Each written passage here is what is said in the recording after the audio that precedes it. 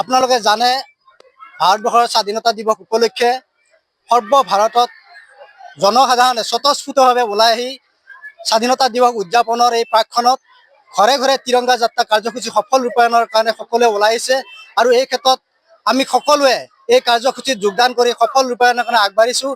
এই প্ৰতিকূল বতৰকো নেওচি ভাৰতবৰ্ষৰ যি স্বাধীনতা দিৱস উদযাপনৰ কাৰণে জনসাধাৰণৰ যি স্বতঃস্ফূৰ্ত হাবিয়াস, এই হাবিয়াসৰ কাৰণে আমি জনসাধাৰণক অশেষ ধন্যবাদ দিছোঁ। এই গণেশগুৰি বৃহত্তৰ গণেশগুৰি অঞ্চলৰ সমূহ ৰাইজ স্বতঃস্ফূৰ্তভাৱে ওলাইছে, বিদ্যালয়ৰ ছাত্ৰ ছাত্ৰীসকল ওলাইছে।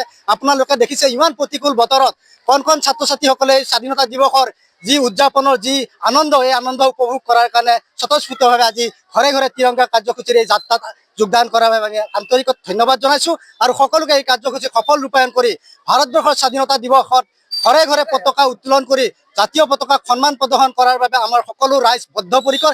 এই কাৰ্যসূচী সেইবাবে আজি লোৱা হৈছে আৰু এই কাৰ্যসূচী স্বতঃস্ফূৰ্তভাৱে ইমান প্ৰতিকূল বতৰতো সফল ৰূপায়ণৰ বাবে আমি সকলোকে ধন্যবাদ জনাইছোঁ। এই চেগতে আপোনালোক সংবাদ মাধ্যমকো ধন্যবাদ জনাইছোঁ যে আপোনালোকে এই প্ৰতিকূল বতৰতো আহি আমাৰ এই পিছপৰা অঞ্চলৰ বাতৰি সংগ্ৰহৰ বাবে সঁচাকৈয়ে আপোনালোকক ধন্যবাদৰ পাত্ৰ।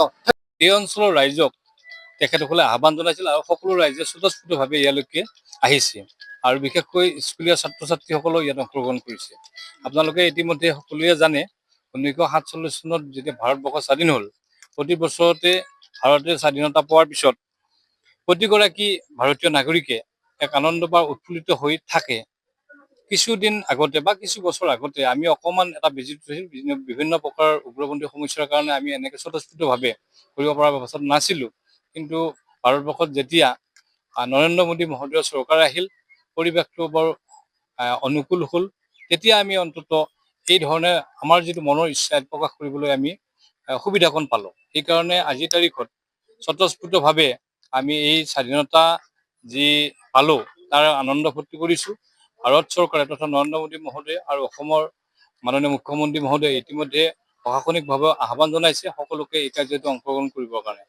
আৰু 15 আগষ্ট যিহেতু আমাৰ পৰহিলৈ হ'ব, 12 তাৰিখৰ পৰাই প্ৰতি ঘৰ মানুহতে প্ৰতি ঘৰ গৃহতে তিৰংগা পতাকা উত্তোলন কৰিবলৈ এটা আহ্বান জনাইছে। সেইমতে প্ৰতি ঘৰতেই যোৱাবেলিও হৈছে, তাৰ ওপৰ বছৰো হৈছে, তিৰংগা পতাকা উত্তোলন কৰি আহিছোঁ। আৰু আমি এটা ৰেলী কৰাৰ ব্যৱস্থাটো কৰিছিলোঁ আৰু ৰেলীটোত যথেষ্ট পৰিমাণে আমাৰ বিশেষকৈ ছাত্ৰ ছাত্ৰীসকল, আমাৰ ভাৰতীয় জনতা পাৰ্টীৰ যথেষ্টখিনি কাৰ্যকৰ্তা, পঞ্চায়তৰ প্ৰতিনিধিসকল আৰু এই অঞ্চলৰ বিশিষ্ট নাগৰিক বা জ্যেষ্ঠ ব্যক্তিসকলেও এই কাৰ্যসূচীত অংশগ্ৰহণ কৰিছে।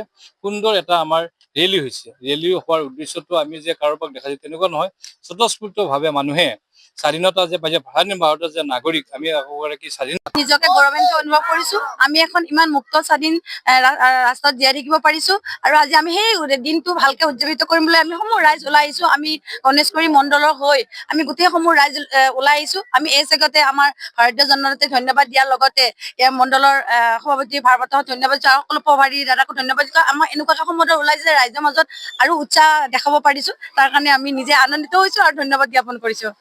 যিকোনো খবৰৰ বাবে যোগাযোগ কৰক 7099017330 লগতে 7099017110 নম্বৰত।